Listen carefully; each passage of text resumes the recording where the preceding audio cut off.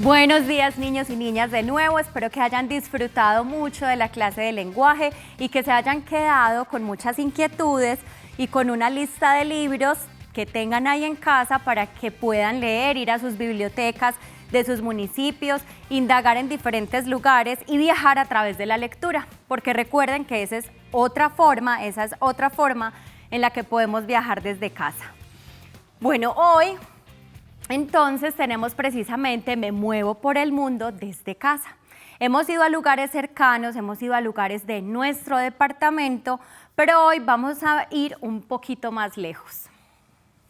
Nuestras metas entonces son experimentar viajes virtuales desde casa y los aprendizajes que se pueden tener con ellos. ¿Qué cosas podemos aprender de estos viajes virtuales que planteamos?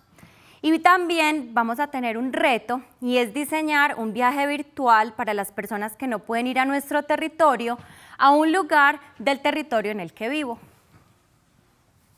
Entonces, yo sé que ustedes alguna vez han escuchado hablar de las 7 maravillas del mundo.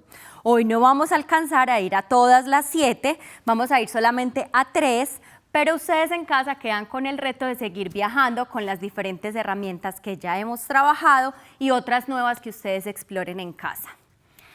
¿Cómo entonces decide el mundo, que es tan grande, en donde hay tantas personas, que solamente hay 7 maravillas? ¿Sí? ¿Quién decide eso? ¿Cómo se toma esa decisión? Sabiendo que uno en su lugar donde vive considera que ya tiene muchas maravillas alrededor y que, por ejemplo, nuestros recursos hídricos, nuestras montañas, nuestros paisajes son grandes maravillas que deberían ser reconocidas, por ejemplo, como maravilla del mundo. Pues precisamente como es tan difícil que todo el mundo se ponga de acuerdo, esto lo hizo una empresa privada. Hizo un concurso público en el 2007, tomando como referencia que en el mundo antiguo, por allá en la Edad Antigua, donde estaba Grecia y Roma, ya se había dicho que había unas maravillas del mundo. Entonces esta empresa privada dijo, bueno, nosotros vamos a mirar qué opina la gente que viaja alrededor del mundo de cuáles serían esas 7 maravillas hoy. Y en el 2007 lo que hizo fue precisamente que puso a votar a más de 100 millones de personas a través de internet y también de mensajes de texto. Y de esa manera salió esta clasificación. Hoy entonces vamos a tener nuestro primer viaje, nuestra vista de 360 grados al Coliseo Romano. Si es Coliseo Romano, muy bien, allá en casa deben estar pensando, profe, entonces eso es en Roma, que es la capital de Italia. Sí, señores, es allá, es en Roma. Imagínense que este coliseo lo utilizaban en el tiempo del emperador para ver muchas presentaciones, para ver enfrentamientos de gladiadores con animales, para ver diferentes cosas, y cabían 50.000 espectadores. Imagínense 50.000 personas en estos diferentes niveles, en esos diferentes pisos. Los que estaban cerca de la arena, es decir, los que estaban más en la parte inferior, eran los emperadores, el emperador y los senadores, es decir, la gente más importante de esa sociedad. Y hacia arriba, hacia los niveles más altos, estaba el resto del pueblo. Mientras más reconocimiento tuvieras como persona en Roma, más cerca estabas de la arena, es decir, para poder ver mucho mejor. En el Coliseo, entonces, como les digo, tenía lugar todos los espectáculos públicos. Vamos a ir acá en este momento a una página que nos ayuda, se llama Panoramas Acá, y ahí nos ayudan precisamente a tener toda una vista de un día en el que un viajero fue y tomó la foto de 360 grados y podemos movernos hacia donde queramos. Por ejemplo, aquí podemos divisar en la parte de la arena, la parte acá central, que era donde se enfrentaban los gladiadores, los hombres más fuertes de esa sociedad, con diferentes animales, o donde incluso hubo teatro, hubo diferentes muestras. Y de ahí hacia arriba, como ya les había contado, entonces era que se ubicaba el resto del pueblo. Resulta que de ahí, desde esa edad, nosotros tenemos un dicho que es muy popular y que se llama pan y circo para el pueblo. ¿Alguna vez han escuchado eso? Miren acá, por ejemplo, el viajero ya está observando las personas que estaban en ese momento en el viaje con él. Tenemos vista completa de 360 grados en este viaje virtual. Podemos ir hacia abajo, podemos ir hacia arriba. Recuerden que la encuentran en una página que es gratuita, que se llama panorama.ak. Yo les puedo poner el link también por ahí en Facebook o en alguna red. Miren, se ve el cielo como estaba ese día y se ven todas las ruinas. Miren que es muy especial ver cómo construcciones tan antiguas que datan desde el siglo V antes de Cristo, hace muchísimos siglos, hace muchísimos años, y todavía se conservan las bases. Miren que tenemos ruinas arriba, pero todavía tenemos muchas bases ahí. Muy bien, entonces vamos a salir aquí de la pantalla, recuerden la página panoramas.ak y vamos a seguir con nuestro viaje virtual. Entonces les estaba diciendo que de ahí, de ese Coliseo romano y de esa política por la cual fue construido el Coliseo, sale una expresión muy conocida que tenemos ahora que se dice pan y circo para el pueblo. Niños y niñas, a ver, allá en sus bitácoras, escríbanla y ¿qué se les ocurre? ¿Qué puede significar eso? Pan y circo para el pueblo. Pues era una política de entretenimiento que tenían los emperadores y los senadores, porque ellos decían, mientras el pueblo no tenga hambre y el pueblo esté entretenido, tenga cosas que ver, de esa manera no se van a inmiscuir en los términos de la política y tampoco se van a quejar de nuestro alto cobro de impuestos. Ellos decían, si mantenemos a nuestro pueblo contento, de alguna manera vamos a evitar las quejas. Y el Coliseo romano en ese momento, en esa época, era una maravilla, era algo muy impresionante para la población por su altura, por su dimensión y más sobre todo los espectáculos que había allá. Entonces, si escuchan esa expresión, ya saben, es que quieren decir que mientras el pueblo tenga comida y tenga entretenimiento, se va a quejar menos. ¿Ustedes qué opinan? ¿Ustedes piensan que eso es verdad?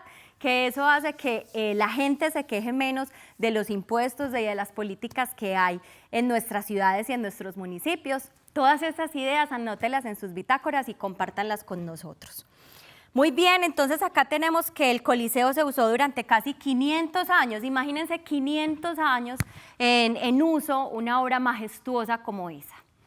Y ahora nos vamos mucho más al este. Ahora vamos a ver un mapita donde nos ubica dónde están estas maravillas. Pero si estábamos en Roma, China queda mucho más al este de Roma y vamos a la muralla china.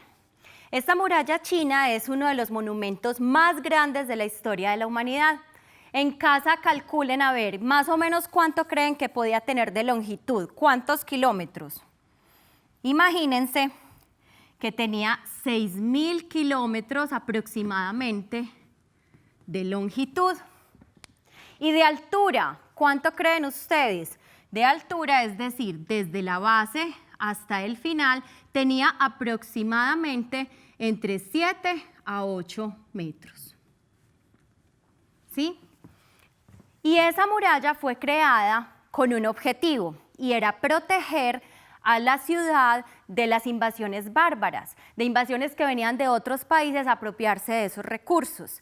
Y también hay otras personas que dicen que fue también para, digamos, favorecer las rutas comerciales, transportar mercancías, porque imagínense que no solamente es un muro, sino que hay andenes por donde la gente puede caminar. Vamos a verla un poco más de cerca.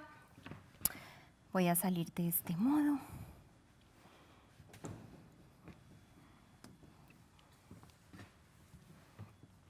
Y voy a volver a entrar. Entonces, imagínense, chicos y chicas, una maravilla del mundo como esta, una muralla por la cual ustedes pueden viajar, pueden transportar mercancías, pueden desplazarse. Miren, por toda esa ladera de esa montaña, ustedes están acá y pueden ahorrar muchísimo tiempo en desplazamiento para transportar carruajes pesados que tenía diferentes productos para distribuir en diferentes regiones de China. Entonces, como les digo, ahí estamos dando la vuelta casi completa de 360 grados. Como les digo, esta muralla tenía ese doble propósito: proteger al territorio de invasiones y también permitir el transporte de mercancías a través de ella. Quiero que observen muy bien estos dientecitos que se hacen aquí en el borde de la muralla. ¿A qué animal mítico se les parece? ¿Qué animal en el lomo tiene como unas escamitas? Un animal mitológico grande que también lo recordamos más desde esta civilización china. ¿Qué animal creen ustedes? Vayan anotando allá en sus bitácoras. Vamos a salir de esta vista y vamos a continuar nuestro viaje. Entonces les traje una leyenda maravillosa acerca de la construcción de esta muralla china. Como les dije, 6.000 kilómetros de longitud, entre 7 y 8 metros de altura. El camino es de 5.5 metros de ancho, es decir, si usted va caminando, si vamos caminando, tenemos ese ancho de 5.5 metros. Y para construirla utilizaron tierra reforzada con piedras y revestida en algunos tramos de cerámica. Entonces resulta que muchas leyendas hay sobre la muralla china. Yo hoy les voy a traer una que es anónima y que se titula "Los constructores solo tuvieron que seguir las huellas". Y exactamente se trata de un dragón que fue el que guió a un emperador en la construcción de la muralla. Vamos a empezar entonces. Dice: la leyenda dice que un viejo dragón se le acercó al emperador.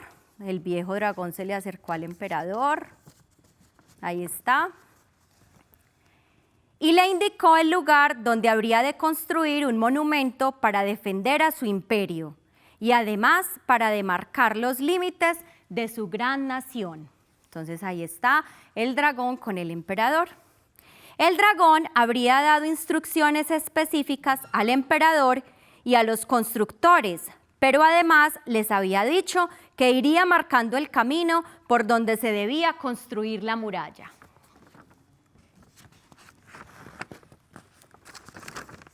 Ese camino no fueron más que huellas que el dragón iba dejando y que los constructores solo debían seguir y marcar para comenzar la construcción de los tramos.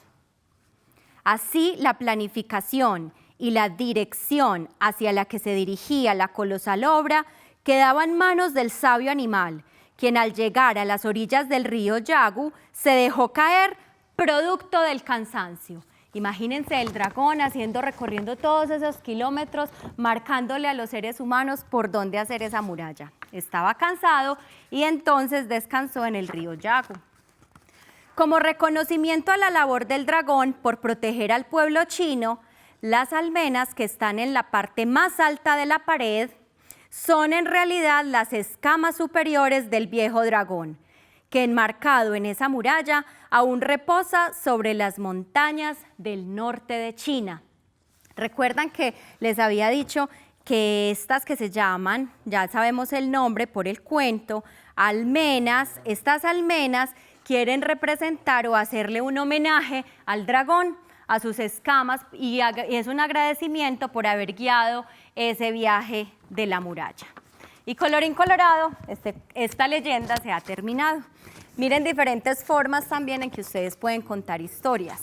Esta, por ejemplo, que las figuras se muevan, o este pop-up significa un elemento que sale del libro y que es muy fácil. Ustedes solamente recortan las imágenes y las pegan creativamente para que su cuento o su leyenda tenga movimiento. Vamos a seguir entonces nuestro viaje. Y nuestro tercer último destino, Machu Picchu. Recuerden, estábamos en Roma, Italia, luego nos fuimos hacia el este para China y luego nos toca coger un avión de regreso hacia el oeste, porque Machu Picchu queda en América. ¿En qué país? Perú.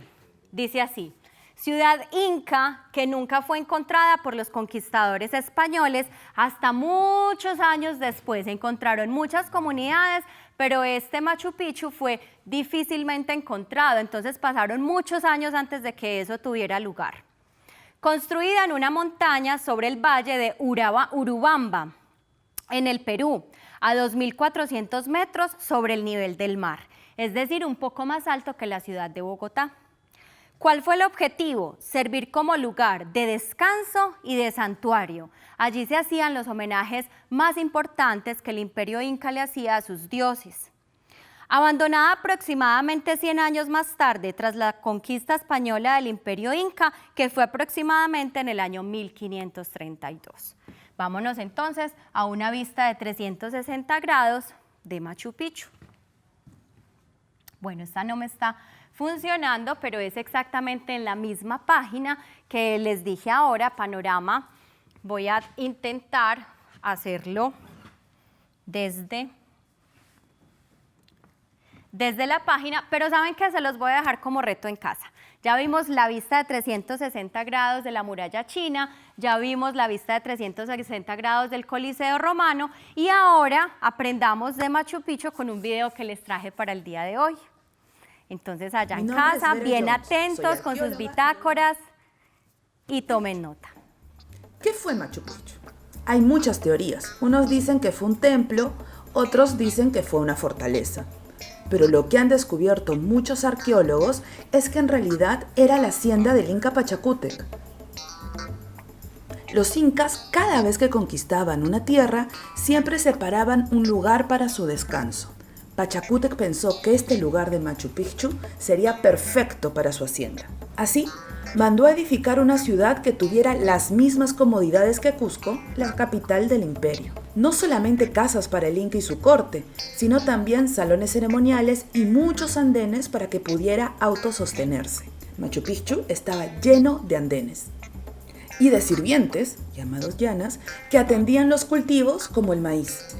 Más allá del misterio, es importante entender el poder que tenían los incas para poder construir estas grandes ciudades y movilizar tantas personas. En un siguiente episodio descubriremos el misterio de las líneas de Nazca. ¡No se lo pierdan!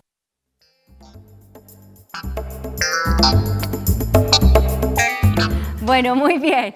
Entonces, miren, por ejemplo, algo tan importante que hicieron en Machu Picchu y fueron esas terrazas que evitan, por ejemplo, que la agricultura sea difícil. No se tiene que agachar uno hasta el piso para hacer todo lo que es el sembrado, todo lo que es el abono, todo lo que tiene que ver con la actividad, sino que si quedan a la altura de la cintura o si queda mucho más fácil, digamos en ese sentido, más cerca a nuestras manos, es mucho más fácil trabajar, sembrar, estar pendiente de toda la cosecha y ese fue uno de los ingenios de Machu Picchu. Quienes han ido, compártanos su experiencia, cuéntenos cómo les ha parecido ese hermoso paisaje. Bueno, muy bien, de ese video entonces ustedes en casa tomaron nota, tomamos nota de estas 3 maravillas. Ahora vamos a hablar de este mapita de la ubicación de esas 7 maravillas del mundo y nos vamos entonces en este momento a un recreo. Ya regresamos, no se desconecten.